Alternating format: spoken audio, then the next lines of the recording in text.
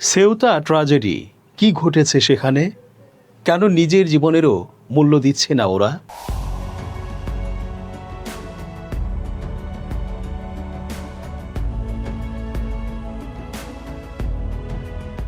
আসসালামু আলাইকুম দর্শক, কেমন আছেন? পুরো সংবাদ বিশ্লেষণ ও তথ্য পর্যালোচনায় বরাবরের মতোই আছি আমি এস.জে. রতন। শেষ পর্যন্ত দেখতে থাকুন আজকের পর্বটি। নিশ্চয়ই হয়তো আপনার মনের কথাটি আমরা বলতে যাচ্ছি। চেঞ্জ টিভির আন্তর্জাতিক চোখ, আপনাদেরই অনুষ্ঠান। প্রত্যাশিত দেশে বা অঞ্চলে পাড়ি জমাতে আর একটু সুখে থাকতে পরিবার পরিজনকে, স্বজনকে খাওয়া পরায় ও নিরাপদে রাখতে ছোট্ট এই জীবনটাকে কতটা নির্মমতায় ঠেলে দেয়া যায়, তা যেন এক একটা মর্মন্তুদ হরর সিনেমাকেও হার মানায়। এত এত অনিশ্চয়তা আর জীবনপাতের আশঙ্কার পরও মানুষ এভাবে সাগর, পাহাড়, জঙ্গল পাড়ি দিয়ে অজানার উদ্দেশ্যে পাড়ি জমাতে পারে, ভাবাই যায় না। অথচ নিজের দেশেই ছোট্ট একটা পানের দোকান দিয়েও বা কাঁধে বাদামের খাঁচা ঝুলিয়েও কতজনে সুন্দর ও সুখের জীবনযাপন করছে। টাকা, সম্পদ আর জীবনের এমন মূল্যহীন পরিণতি কি সত্যি সুখ এনে দিতে পারে, নাকি আরও সারা জীবনের কান্না হয়ে পরিবারের কাছে বুকে পাথর বসানো কষ্ট উপহার দিতে পারে? সাম্প্রতিক দিনগুলোয় স্পেনের ছোট স্বায়ত্তশাসিত অঞ্চল সেউতা ও মরক্কোর মধ্যকার সীমান্তে নিয়ন্ত্রণ ব্যবস্থা কার্যত ভেঙে পড়েছে। এই সুযোগে 50 থেকে 60 হাজার অভিবাসন প্রত্যাশী হঠাৎ করেই সেউতায় প্রবেশ করেন। এতে বিশৃঙ্খল পরিস্থিতি তৈরি হয়েছে।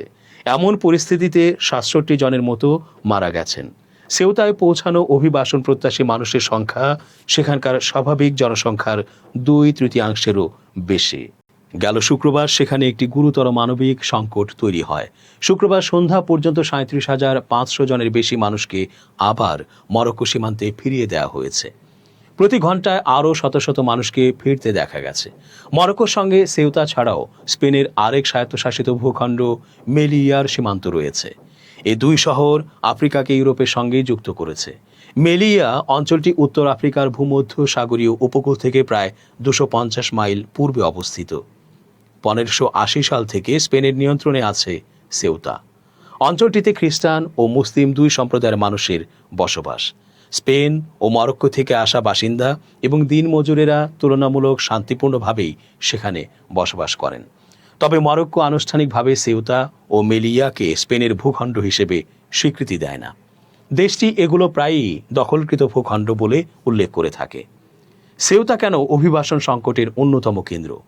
উন্নত অর্থনৈতিক সুবিধার খোঁজে কিংবা নিজ দেশে সহিংসতা ও সংঘাত থেকে পালিয়ে ইউরোপে আসতে চাওয়া মানুষের জন্য অন্যতম প্রধান প্রবেশদ্বার হয়ে উঠেছে স্পেন। উত্তর আফ্রিকায় অবস্থিত স্পেনের ওই দুই স্বায়ত্তশাসিত অঞ্চল তাই মরক্কো এবং আফ্রিকার অন্যান্য দেশ থেকে ইউরোপে প্রবেশের চেষ্টা করা মানুষের জন্য গুরুত্বপূর্ণ গন্তব্য।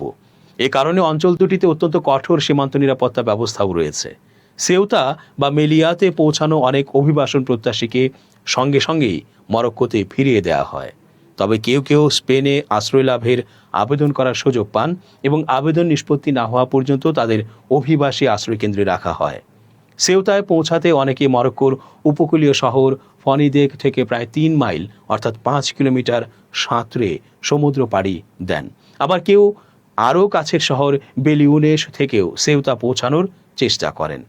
2022 সালে মরক্কো থেকে মেলিয়াতে প্রবেশের চেষ্টা করার সময় প্রায় 2000 অভিবাসীর মধ্যে অন্তত 23 জন নিহত হন। তাদের বেশিরভাগই সাহারা মরুভূমির দক্ষিণে অবস্থিত আফ্রিকার বিভিন্ন দেশের নাগরিক। এরও আগে 2014 সালে সেউতায় প্রায় 200 অভিবাসী সীমান্ত বেড়া টপকে অথবা শহরটিকে মরক্কোর ভূখণ্ড থেকে আলাদা করা সমুদ্র বাঁধের পাশ দিয়ে সাঁতরে প্রবেশের চেষ্টা করলে অন্তত 14 জনের মৃত্যু হয়। তবে সাধারণভাবে সেউতা ও মেলিয়াতে পৌঁছানো অভিবাসীর সংখ্যা স্পেনের ক্যানারি ও বালেয়ারিক দ্বীপপুঞ্জ হয়ে দেশটিতে পৌঁছানো অভিবাসীর তুলনায় অনেক কম। গত কয়েক দশকে স্পেনে অভিবাসী জনসংখ্যা উল্লেখযোগ্যভাবে বেড়েছে।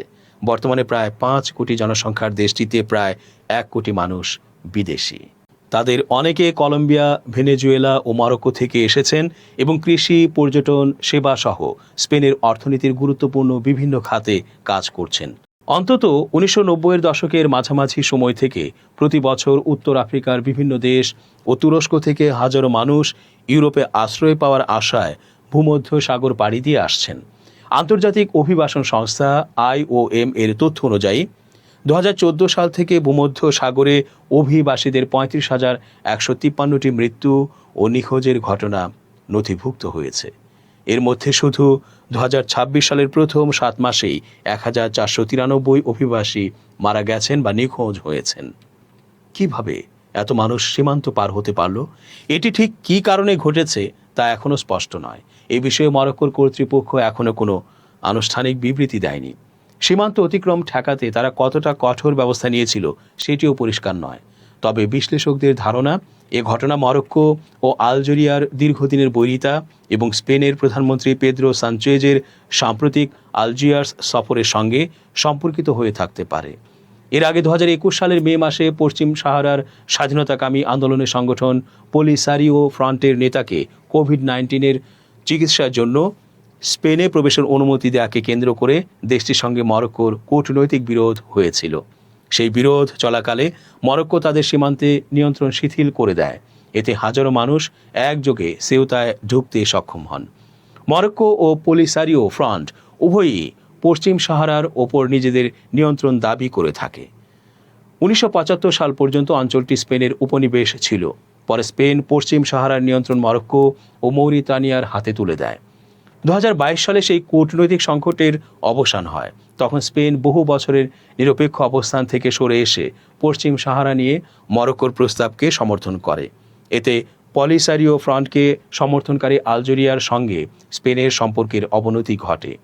এরপর গত 20 জুলাই স্পেনের প্রধানমন্ত্রী পেদ্রো সানচেজ আলজেরিয়ার রাজধানী আলজিয়ার্স সফর করেন। এটি ছিল 4 বছরের মধ্যে স্পেনের কোনো প্রধানমন্ত্রীর প্রথম সে দেশ সফর। এ সফরকে দুই দেশের সম্পর্ক স্বাভাবিক হওয়ার ইঙ্গিত হিসেবে দেখা হয়। শুক্রবার সেউতা সফরকালে সানচেজ বলেন, আকস্মিক এই অভিবাসী ঢলের জন্য মানব পাচারকারীদের ছড়ানো গুজব দায়ী।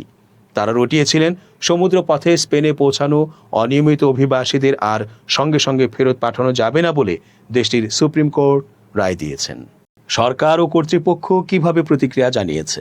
সীমান্ত দিয়ে বিপুল সংখ্যক মানুষ প্রবেশ করার পর পরিস্থিতি নিয়ন্ত্রণে স্পেন অতিরিক্ত পুলিশ ও সশস্ত্র বাহিনী মোতায়েন করে।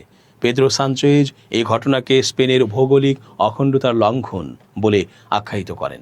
সীমান্তে সৃষ্ট বিশৃঙ্খলার ছবি ও ভিডিও প্রকাশের পর স্পেন সরকার রাজনৈতিক চাপে পড়ে। একই সঙ্গে এই ঘটনাকে ঘিরে ইউরোপীয় ইউনিয়নের অর্থাৎ EU এর দেশগুলোর মধ্যেও মতভেদ দেখা দেয়। ডানপন্থী রাজনীতিকেরা এই ঘটনার জন্য চলতি বছর অনিয়মিতভাবে দেশে থাকা কয়েক লাখ অভিবাসীকে বৈধতা দিতে স্পেন সরকারের নেয়া নীতিকে দায়ী করেছেন।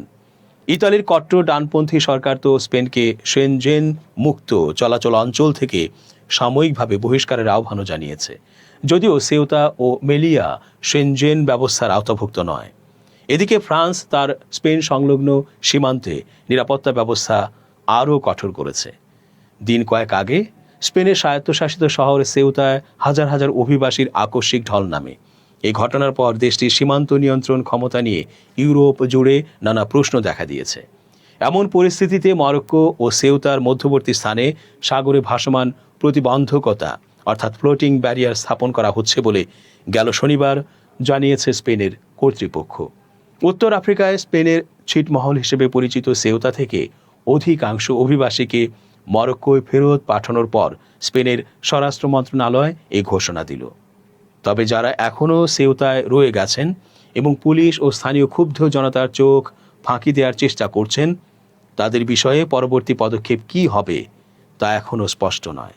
স্পেনের স্বরাষ্ট্র মন্ত্রণালয়ের দেয়া তথ্য অনুযায়ী 24 ঘন্টায় মরক্কো থেকে আনুমানিক 50 থেকে 60 হাজার অভিবাসন প্রত্যাশী সেউতায় প্রবেশ করেছিলেন। তাদের মধ্যে অন্তত 48,300 জনকে গেল শুক্রবার শেষ বিকেলের মধ্যে মরক্কোতে ফেরত পাঠানো হয়েছে। এছাড়া আরও শত শত অভিবাসী সারা রাত ধরে ছিটমহলটি ছেড়ে চলে যান। সেউতা নিযুক্ত স্পেন সরকারের একজন গণমাধ্যম কর্মকর্তা জানান, সাম্প্রতিক দিনগুলোতে শহরটিতে প্রবেশের চেষ্টা করার সময় অন্তত 67 জন প্রাণ হারিয়েছেন। সেউতার এ সংকটের পর ইউরোপীয় ইউনিয়নের অর্থাৎ EU এর 20টির বেশি সদস্য দেশ ইউরোপীয় কমিশনের কাছে চিঠি দিয়ে স্বরাষ্ট্রমন্ত্রীদের জরুরি বৈঠক আহ্বানের দাবি জানায়। একই সময় স্পেনের প্রধানমন্ত্রী পেদ্রো সানচেজও কমিশনকে একটি চিঠি পাঠান। সেখানে তিনি তার সরকারের অভিবাসন নীতির পক্ষে যুক্তি তুলে ধরেন এবং স্পেনকে সেনজেন অঞ্চলের মুক্ত চলাচল ব্যবস্থার বাইরে রাখার আহ্বান জানানোর ব্যক্তিদের স্বার্থপর বলে আখ্যায়িত করেন। সেউতায় প্রবেশ করা অভিবাসন প্রত্যাশীদের বেশিরভাগই ছিলেন কাজের সন্ধানে আসা তরুণ মরক্কোর নাগরিক। সেদিন শহরের উত্তর পশ্চিমের একটি সৈকতে আফ্রিকার অন্য দেশ থেকে আসা কয়েকশো অভিবাসীকে বিশ্রাম নিতে দেখা যায়। এসব অভিবাসীর অনেকে বলেন তারা অন্য দেশের নাগরিক হওয়ায় স্পেন তাদের মরক্কোয় ফেরত পাঠাতে পারবে না বলে তারা বিশ্বাস করেন। তাদের আরও দাবি, বৃহস্পতিবারের পর থেকে তারা কিছু খাননি। সেউতায় আসা 24 বছর বয়সী কামাল ওমর বলেন, 2023 সালে গৃহযুদ্ধের কারণে তিনি সুদান ছেড়েছিলেন।